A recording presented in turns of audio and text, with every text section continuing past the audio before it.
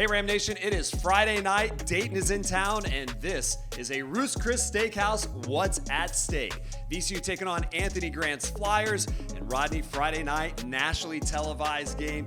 There is a lot at stake tonight as the Rams take on UD. Yeah, we'll start with, how about a win streak against top 25 teams?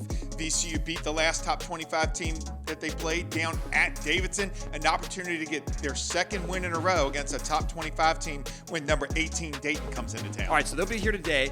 Chance to beat a really good team. If they do that, what happens to the standings? That's another part of this game as VCU is jockeying for one of those top positions. Well, you got to think if they beat the top two teams in the league, they're starting to angle to be in the top four, which is really what you're shooting for, and maybe even the top two come the end of the year. Rodney, of all the basketball players I've known in my life, you are my favorite big man. I can tell you that. Jerron Holmes from Dayton, he's really good too. So I'm asking you, with your wisdom, how does VCU defend him because he's having such a phenomenal season? Well, it's going to have to be by committee, right? And we're going to have to show him lots of different looks, and we're going to have to show him lots of different people. I think one-on-one, if he's got his back in the post, we're going to have to double down. We're going to have to find ways to double. But they've got a lot of weapons from the perimeter too that can absolutely fill it up. So we're going to have to be careful and strategic on how we double down. If he's got his face to the basket, we're just going to have to man up and find a way unless we get beat off the primary defender, and then we're going to have to get those rotations going again. All right, wins against Richmond, wins against Fordham the other night. What are the Rams doing well in these last two victories? Well, I mean, one of the things they did was take care of the ball in the second half. That was a key to the game last game against Fordham.